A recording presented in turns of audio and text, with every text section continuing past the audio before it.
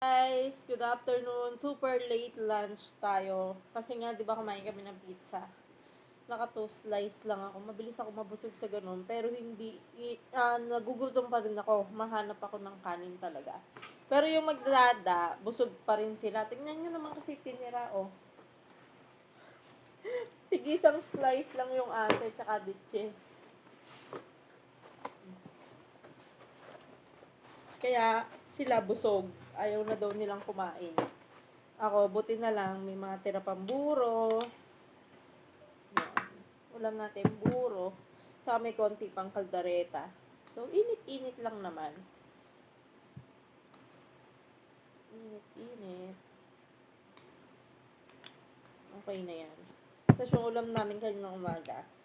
Okra. Ayan. Request ni Ditchi yan. Yan yung baon nila sa school. Okra. Hindi ko na na-picturean kanina kasi late na ako bumangon.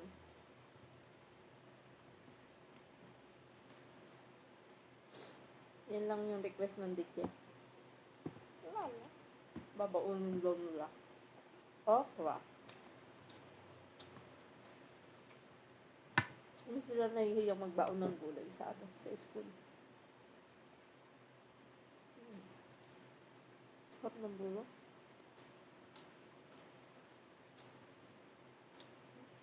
Okra.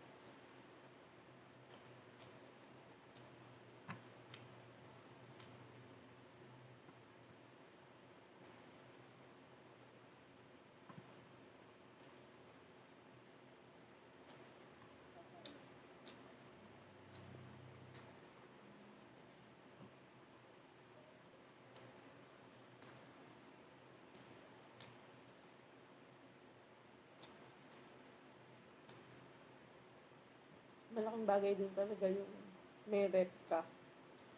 Kahit may konti kanta ng ulam, lagay mo sa rep. Pag wala kang yung ulam, init mo lang, okay na.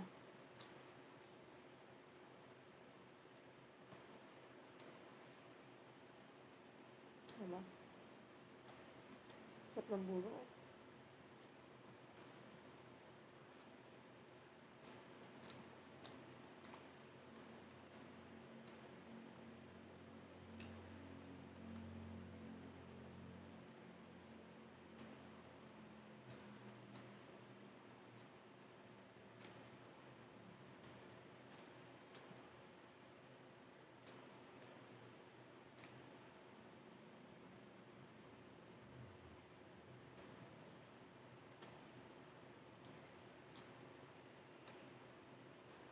Bebe!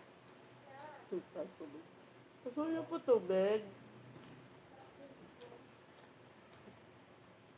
Bake naman utusan yung bebe rilo ko na yan.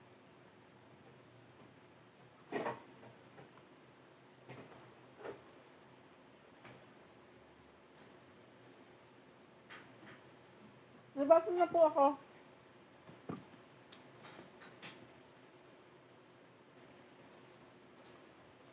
Kain ka? Ayaw.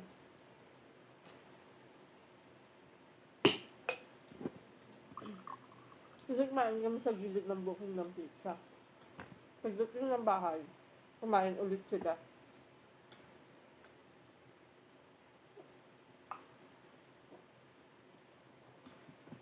Yep.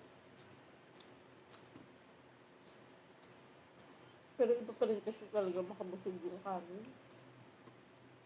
Hindi ako tatagal sa kanila ng ano. Hindi kakain ng kanin.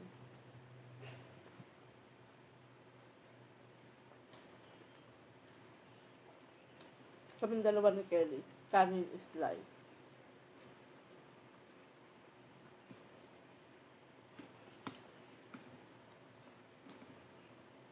Sarap ng bulo. Kain na din po kayo.